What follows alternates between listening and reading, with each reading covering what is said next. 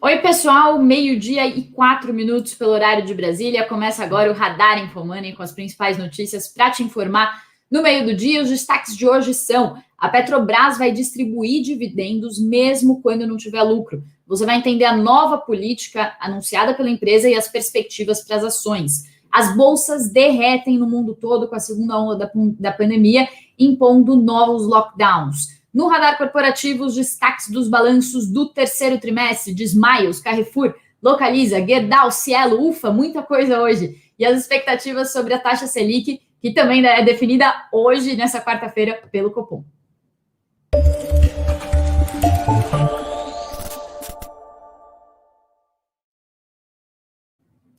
Bom, começando então pela Petrobras, hoje um dia complicado aí para as bolsas do mundo todo, vários índices derretendo, já vamos falar sobre isso, mas o Conselho de Administração da Petrobras aprovou ontem a revisão da política de remuneração da empresa. Resumindo aí, para quem não acompanhou a notícia, a Petrobras vai poder pagar dividendo mesmo quando não tiver lucro. Vou entrar nos detalhes agora. Mesmo se o endividamento bruto da Petrobras estiver acima de 60 bilhões de dólares e mesmo que a empresa não reporte lucro, ela vai poder distribuir dividendos quando ela tiver uma redução da dívida líquida nos últimos 12 meses e desde que ela preserve a estabilidade financeira. Ou seja, ela vai ter uma distribuição de lucros que vai ser limitada, que vai ser proporcional ao tamanho da redução da dívida nesse período dos últimos 12 meses. E, além disso, um segundo ponto dessa nova política de distribuição é que ela vai poder pagar dividendos extraordinários, superando o mínimo legal, que é de 60% do fluxo de caixa operacional, quando o endividamento bruto for inferior a essa marca aí de 60 bilhões de dólares também, mesmo que ela não registre lucro. Na prática, o que isso significa? Que os investidores vão receber mais dividendos e a política de distribuição de dividendos passa a ser atrelada à geração de caixa da empresa e ao menor endividamento da Petrobras e deixa de ser atrelada ao lucro da empresa. O Credit Suisse disse que a medida é positiva, que os dividendos são parte importante do caso de investimento da Petrobras, da análise de investimento da Petrobras.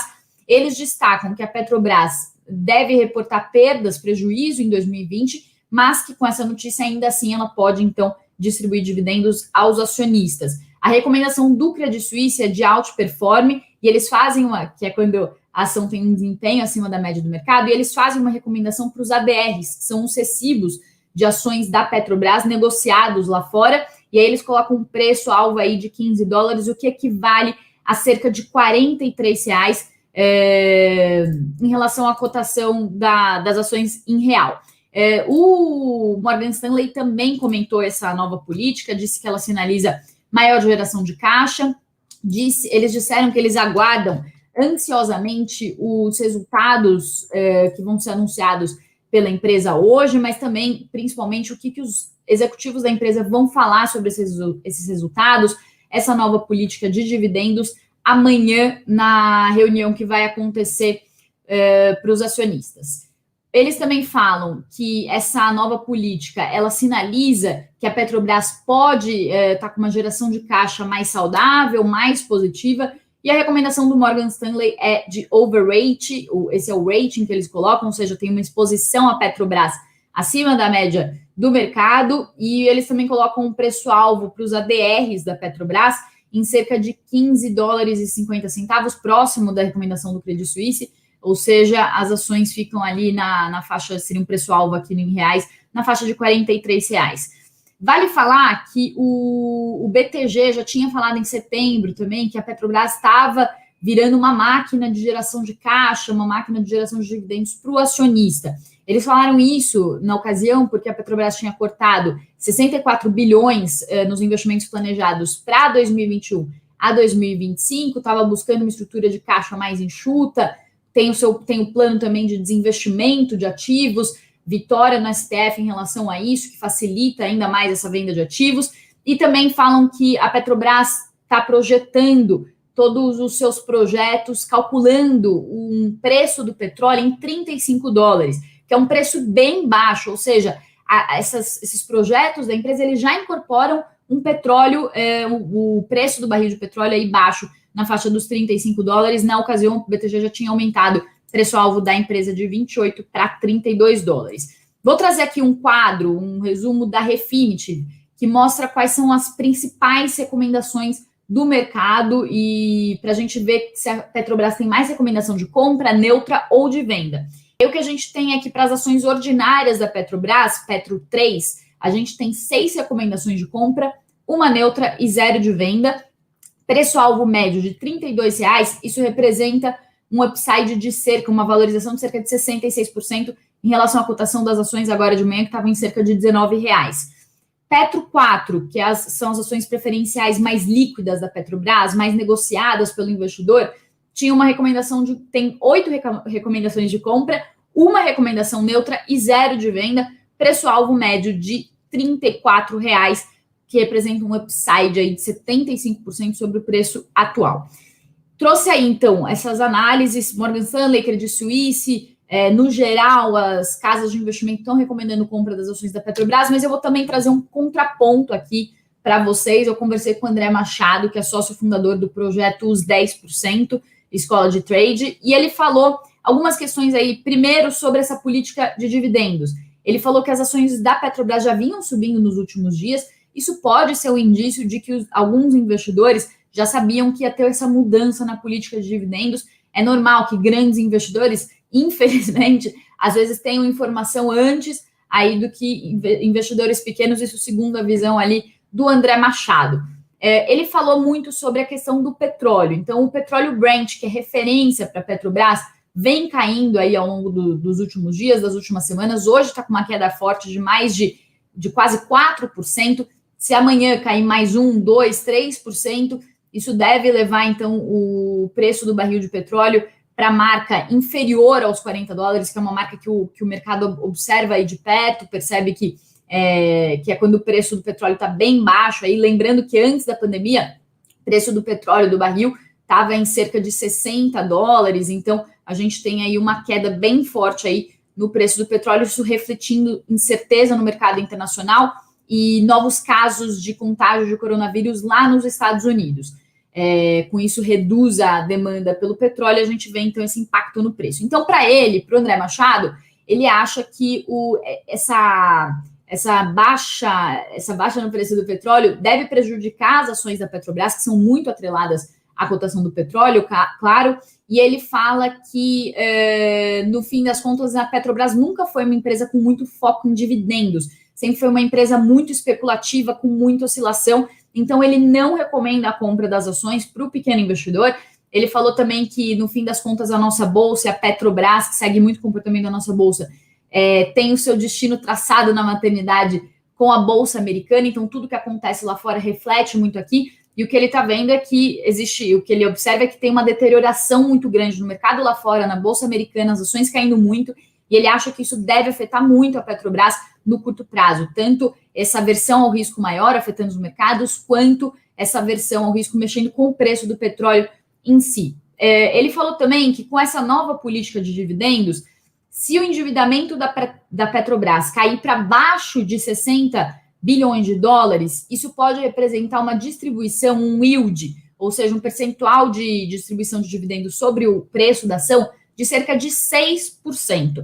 E aí o que ele observou é que a gente tem outras empresas no mercado que têm políticas de dividendo mais agressivas.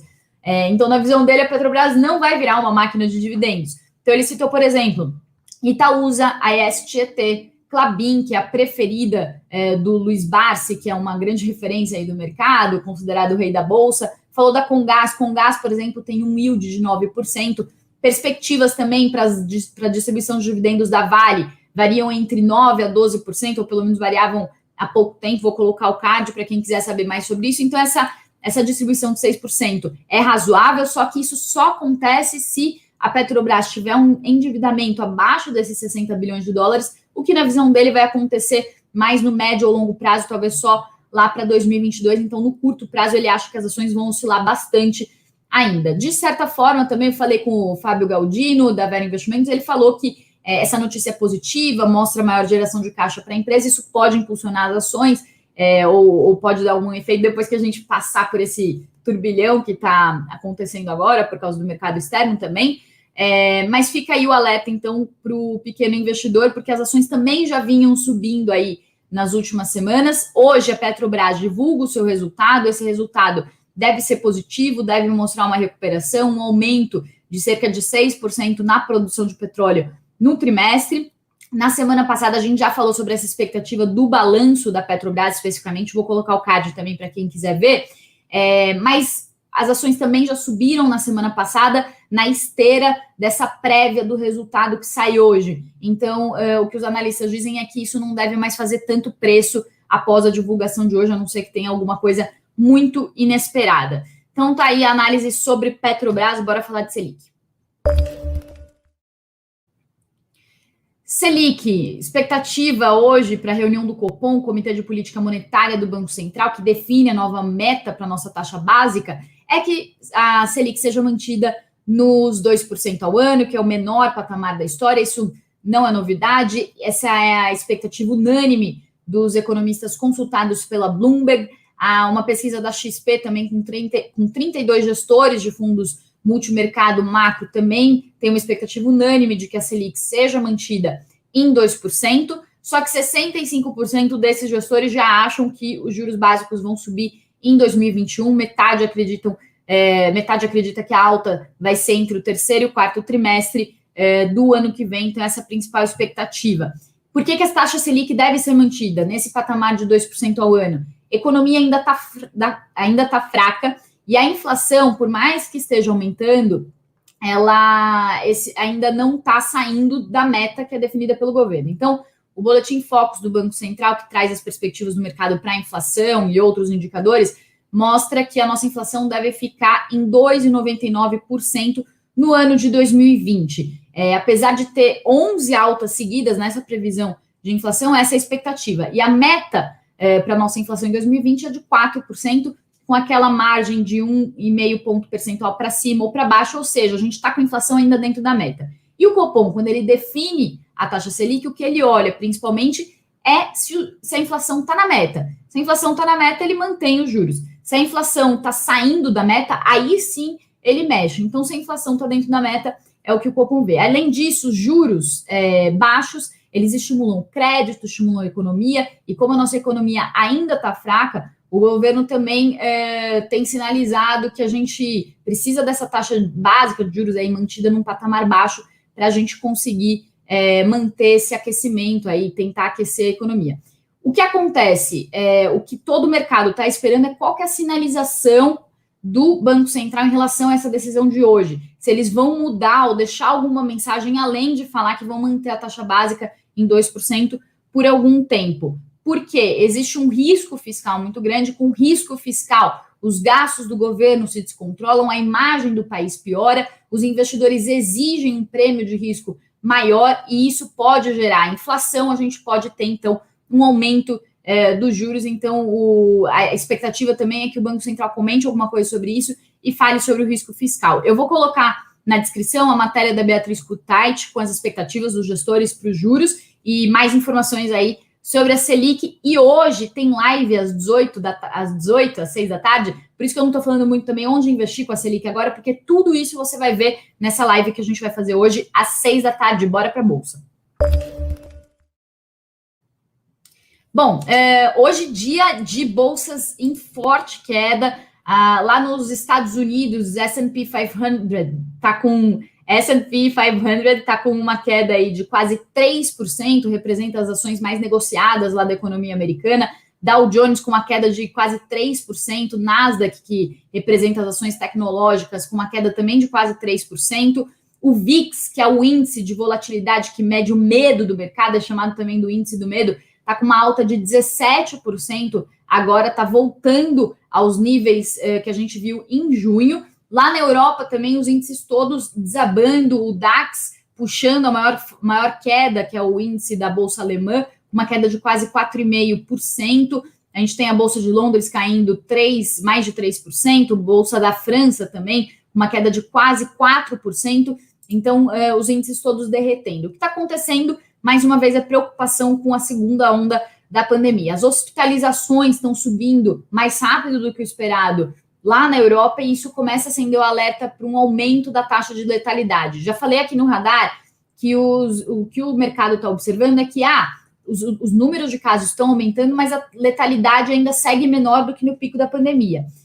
O problema é quando começam as hospitalizações a ficarem maiores, isso pode gerar um aumento da letalidade, isso pode gerar medidas mais restritivas de lockdown. E aí o que acontece é que na França existem rumores de que o país pode adotar um lockdown de 30 dias, de um mês, mais restritivo, além das medidas restritivas que já está fazendo. A Angela Merkel, a chanceler alemã, já falou que vai adotar um lockdown parcial de um mês também para conter a pandemia, e quando esses lockdowns ficam mais restritos, a economia fecha, isso afeta em cheio os mercados, além, claro, de todo o prejuízo para a saúde, para as vidas das pessoas, que isso a gente não é o nosso foco aqui, mas é claro que a gente tem que sempre mencionar. O Boris Johnson, que é o primeiro-ministro do Reino Unido, também está sofrendo uma pressão para fechar a Inglaterra, para adotar lockdown por lá. Uma reunião da Comissão Europeia também trouxe perspectivas piores para as vacinas, falou que a quantidade de vacinas para imunizar toda a população do continente deve chegar só em 2022 e não no começo de 2021, como era previsto antes. Então, as previsões de vacina também ficando um pouco mais para frente. E nos Estados Unidos também existe um aumento grande do número de hospitalizações e de mortes. E existe e aí a análise que se faz de tudo isso é que a segunda onda da pandemia com o outono no hemisfério norte está ficando mais letal do que o que era esperado. Isso gera um alerta enorme aí para o mercado. Lá nos Estados Unidos, por exemplo, de 50 estados, 29 estão com um recorde de casos diários. E isso está abalando, claro, a economia do mundo todo. Aqui no Brasil, a gente está com uma situação mais confortável, a gente tem uma média móvel de 442 mortes por dia, que é a menor média desde 6 de maio, só que já começa a ter uma tensão também em algumas regiões do norte e do sul do país. Manaus, por exemplo, está adotando medidas mais restritivas. Isso também gera uma pergunta se a gente vai passar por essa segunda onda aqui no Brasil, ou se por questões de clima e também por questões da extensão do nosso território, isso não vai se repetir como lá na Europa. Uma outra questão que contribui para a aversão ao risco é que o presidente Donald Trump admitiu que o pacote de estímulos lá nos Estados Unidos não vai sair antes das eleições, como já era previsto, mas confirmando isso também traz um risco maior. O dólar, pedir para o Fabão voltar aí, se der, Fabão, o nosso dólar e o Ibovespa, para eu mostrar para vocês. Então, a gente tem aí o Ibovespa, 96.391 pontos, aprofundou a queda de 3,23%, e o dólar com uma alta de 0,44, gente, está subindo, está acima dos R$ 5,70. A Necton Investimentos fez uma análise e falou que, assim, tirando o CDS, que é uma medida de risco do país, do Brasil, e descontando também a taxa do Fed, que é a taxa de juros do Banco Central dos Estados Unidos, né, do Banco Central norte-americano, o que a gente tem é que a taxa brasileira é uma taxa negativa e que está pior do que os nossos pares emergentes. Ou seja, isso gera ainda menos atratividade para os investidores estrangeiros aqui no Brasil. A gente tem visto várias notícias sobre saída de investimentos do país, isso pode pressionar ainda mais o dólar. E vale falar também que os economistas estão comentando que, no caso do dólar, o Banco Central pode fazer alguma intervenção, tem muita reserva cambial para isso, e tem feito algumas intervenções pontuais sempre que a moeda dispara dessa forma. Então, a gente... e a Necton fala, por exemplo, que não descarta o dólar em breve indo acima de R$ 6. Um outro ponto que pesa para esse cenário de aversão ao risco aqui no país é que existe uma expectativa de que as reformas atrasem, que fiquem depois das eleições municipais, e existe também uma preocupação aí surgindo de rebaixamento da nota de crédito do Brasil pelas agências de risco. Diante de todo esse cenário, tem uma matéria bem bacana lá no Infomoney, da Beatriz Kutait, do Lucas Campana, que eles fizeram sobre os gestores que estão se posicionando para uma piora do quadro doméstico de aumento de inflação, juros, segunda onda, quadro fiscal deteriorado. Eles falaram com o Rodrigo Xavier, da SPX, o Stuhlberger, do Verde, que são grandes gestores, referências para o mercado, eles estão falando que o mercado não está dando devido valor à fragilidade da economia brasileira, ou seja, talvez a gente esteja vivendo um oba-oba, eles estão alertando para esse risco, estão falando que a hora de comprar um guarda-chuva em dias de sol, e o que eles falam é que eles estão se posicionando em investimentos mais ligados à inflação, com prazos menores, e alertaram também para o cuidado com os fundos de renda fixa, porque com toda essa versão o pessoal começa a sacar dinheiro e você começa a ter uma precificação, uma marcação a mercado, você começa a ter um efeito disso e de resgates, isso pode gerar perdas aí para os investidores. Matéria também já está na descrição para quem quiser ver mais detalhes e bora para o Radar Corporativo. Pessoal, muitos balanços, então vou tentar ser breve aqui e eu já deixei a matéria aqui na descrição também com detalhes dos números dos balanços. A Smiles ainda está muito abalada frente ao ano passado, os resultados do terceiro trimestre, mas ela conseguiu voltar a registrar um lucro de 50 milhões de reais no terceiro trimestre de 2020, só que isso ainda representa uma queda de 66% em relação ao lucro registrado no terceiro tri do ano passado. Eu falei ontem com o presidente da Smiles, com o CEO, o André Felauer, hoje está difícil os nomes aqui, e ele falou que ele destacou a melhora das empresas, apesar desse resultado aí negativo frente ao ano passado, ele destacou os resultados positivos frente ao segundo trimestre, e também falou que quando são observados os meses pontualmente, existe uma recuperação aí boa observada a partir de setembro e principalmente em outubro. Então ele falou que na avaliação mensal a empresa está mostrando uma recuperação. Ele falou que mesmo com a indústria muito afetada, os números mostram isso. Disse que eles estão prevendo novos acordos com 3 companhias aéreas europeias. Isso eles falaram aí com exclusividade para mim ontem. Acho que essa notícia, pelo que eu vi, ainda não saiu em nenhum outro lugar.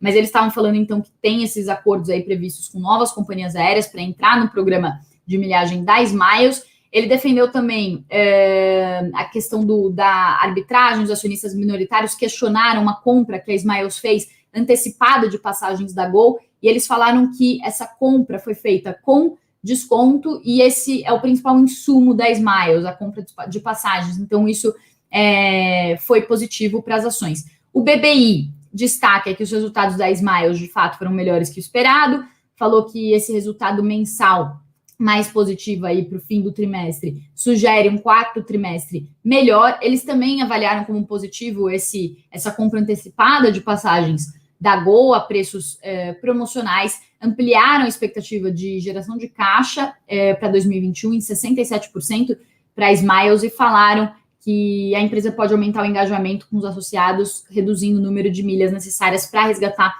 uma passagem aérea. A Raia Drogasil também divulgou os seus resultados, um lucro líquido de 174 milhões no terceiro tri, crescimento de quase 20% sobre o mesmo período do ano anterior.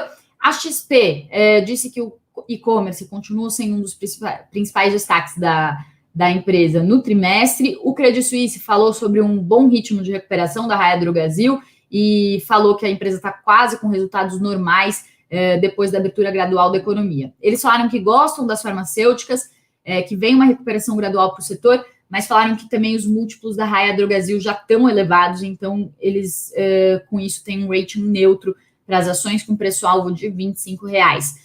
Localiza também divulgou seu balanço, que mostrou que o pior da crise já ficou para trás. A empresa teve um lucro líquido no terceiro trimestre que superou as expectativas, cresceu 59% na comparação anual para 325 milhões de reais.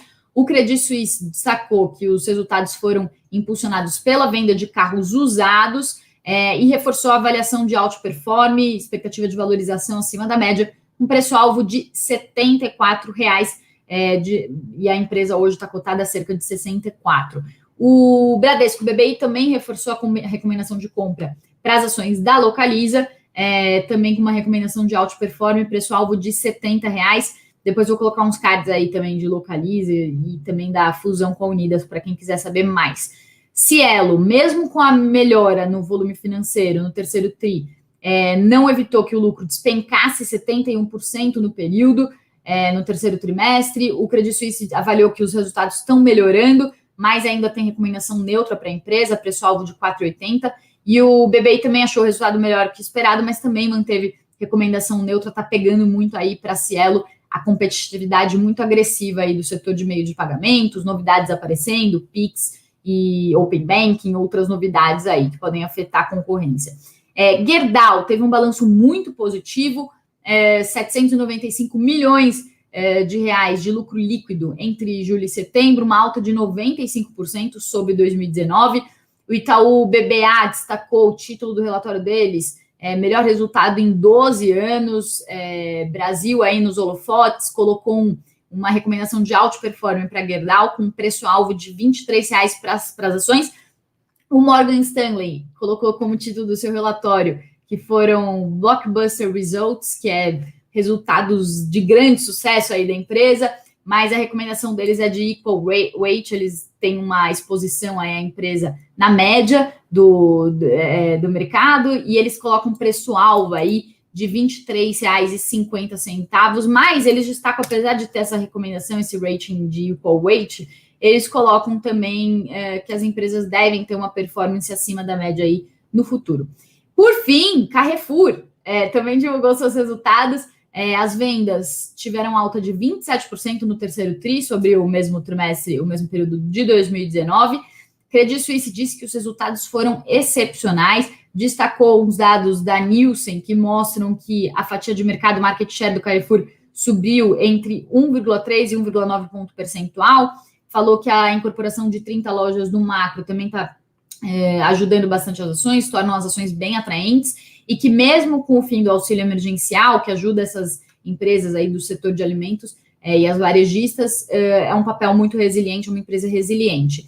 Outros destaques, a Notre Dame comprou o Hospital Santa Brígida, em Curitiba, por 48,5 milhões de reais. Depois do fechamento, vão ser divulgados os balanços da Petrobras, Vale e Bradesco, tudo isso a gente tem em detalhes no nosso site. Vou colocar um card também sobre expectativas para Petrobras e Vale, também para Bradesco, a gente já falou bastante de bancos, Petrobras e Vale, as expectativas de resultados, e algumas assembleias aí, outras notícias fora desse radar aí de balanços. A TOTUS convocou a assembleia para 27 de novembro, aquela assembleia para avaliar a incorporação da Lynx, e a Klabin marcou a assembleia para a incorporação da Sogemar no dia 26 de novembro, e o IPO da Van vai ficar para o ano que vem mesmo. Vou ver aqui o que vocês estão falando comigo.